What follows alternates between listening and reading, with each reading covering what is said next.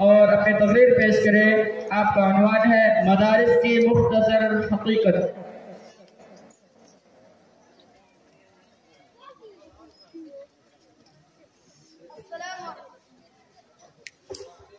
السلام علیکم ورحمۃ اللہ وبرکاتہ. وعلیکم السلام ورحمۃ اللہ وبرکاتہ. نحمده ونصلي على رسول الكريم اما بعد.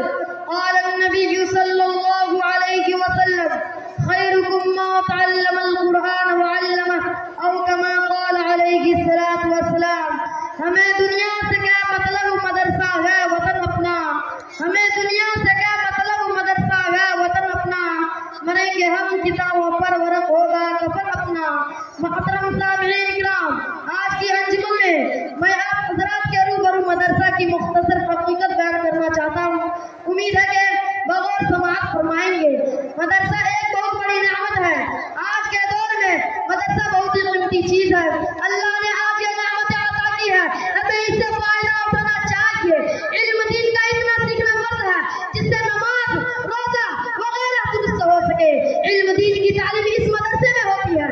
یہ مدرسہ ماں کی گود کی طرح ہے، جس طرح بچہ ماں کی گود میں پرورش پاتا ہے، اسی طرح انسان یہاں بھی پرورش پاتا ہے. اور مدرسہ انسان کو انسان بناتا ہے. یہ مدرسہ چند افراد مل کر بناتے ہیں اور مدرسہ کئی افراد کو بناتا ہے. ہم مدرسہ کی عمارت بناتے ہیں اور مدرسہ ہمارا قلب بناتا ہے. اللہ سے ہمارا تعلق جوڑتے ہیں اور یہی نبی کا کام ہے کہ مخلوق کو خالق سے جوڑتے تھے. یہ مدرسے میں اللہ سے جوڑتے ہیں جس طرح نبی مخلوق کو خالق سے جوڑتے تھے، اسی طرح مدرسے ہم کو اللہ سے جوڑتے ہیں. لہذا ان مدرسوں کو نہ کوئی طاقت ہلا سکتے ہیں اور نہ کوئی ان مدرسوں کو توڑ سکتا ہے. محترم بزرگوں، یہی وجہ ہے کہ آج مدارس کا جال ہر طرف و اکناف میں پھیلا ہوا ہے، جبکہ حکومتیں رات دن ان اداروں کو مٹانے اور ختم کرنے کی کوشش کر رہی ہے. لیکن ان اداروں کا نظام ایسی ذات علی کے قبضہ میں ہے جس کو نہ کوئی بگاڑ سکا اور نہ بگاڑ سکے گا انشاءاللہ تعالی. اب اس کے متعلقین کے بارے میں سرور عالم صلی اللہ علیہ وسلم کی زبان سے سنیں.